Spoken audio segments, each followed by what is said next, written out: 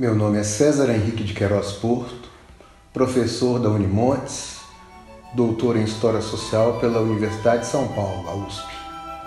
Hoje eu vou falar do Coronel Francisco Ribeiro, uma figura política cuja memória está ligada ao imaginário do progresso aqui de Montes Claros. Coronel Francisco Ribeiro nasceu em Coração de Jesus no final do século XIX, em 1873. Quando o pai dele, o Major Simeão Ribeiro de Souza, veio para Montes Claros, ele completou seus estudos aqui na cidade, e lembrando que o Major Simeão Ribeiro foi o agente executivo e na época ele se destacou pela construção do mercado municipal, um marco no progresso da cidade no século XIX. Então o Coronel Francisco Ribeiro cedo já se envolveu com a questão da educação. Quando ele retornou para Coração de Jesus, ele foi professor, foi inspetor escolar e se destacou também no processo de emancipação política de Coração de Jesus. Ele foi o primeiro agente executivo municipal do recém-emancipado município de Inconfidência, que era o nome de Coração de Jesus, logo no início da emancipação. E aí ele conseguiu vários benefícios para Coração de Jesus, mas ele queria dar voos mais altos. E Montes Claros, já no início do século XX, já despontava como a principal cidade do norte de Minas. Então ele volta para Montes Claros e começa a se destacar aqui com vários empreendimentos. De fato, ele possuiu fábricas de algodão, ele chegou a ter 2 fábricas de algodão, os 2 empreendimentos maiores do município, ele era sócio. Ele foi criador de gado, ele possuiu várias fazendas e se destacou como um criador de gado e notável. Inclusive o Hermes de Paula deixa para a gente a informação, que o Coronel Francisco Ribeiro, por volta de 1920, 21, 22, era o homem mais rico da cidade.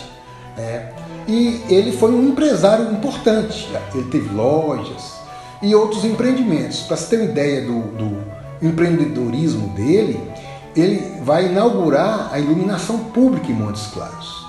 Em 1917, ele inaugura o serviço de iluminação pública da cidade, que vai funcionar durante algumas horas à noite, mas já era um marco, um início de um serviço de iluminação pública. E ele também teve uma atuação política destacada. Ele foi um dos grandes articuladores de um dos maiores acordos políticos da cidade. Montes Claros tinha uma elite política que era dividida em 2 facções. E essas facções elas tinham vindo de uma disputa política, de tiroteios, de uma confusão muito grande.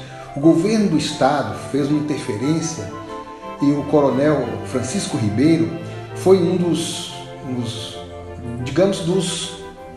avalizadores desse acordo, juntamente com o Honorato Alves, com o Camilo Prates e outros líderes locais. Esse acordo foi costurado no início da década de 20, no momento que Montes Claros, a população, os grupos políticos, os fazendeiros, eles aguardavam com muita ansiedade a chegada da ferrovia. Então, esses chefes políticos, essas lideranças, perceberam que era um momento de pacificação, até para poder a cidade se preparar para a chegada de uma obra muito ansiada pela população, que era a Estação de Ferro, na medida que Montes Claros era um grande centro de pecuária do estado de Minas Gerais. E aí a ferrovia ia possibilitar que o gado daqui fosse transportado de forma rápida para os grandes centros do sul e do sudeste do Brasil, especialmente Belo Horizonte, São Paulo, Rio de Janeiro. Então, isso foi um marco, esse acordo. Os grupos políticos dividiram os cargos e o Coronel Antônio dos Anjos foi o nome que vai liderar o executivo, vai ser o agente executivo E o Francisco Ribeiro foi um dos baluartes desse acordo. Uma pena que o Francisco Ribeiro ele vai falecer antes da chegada da ferrovia. Em 1923 ele vai ser vítima de um colapso cardíaco. Com cerca de 50 anos ele vai falecer. De qualquer maneira,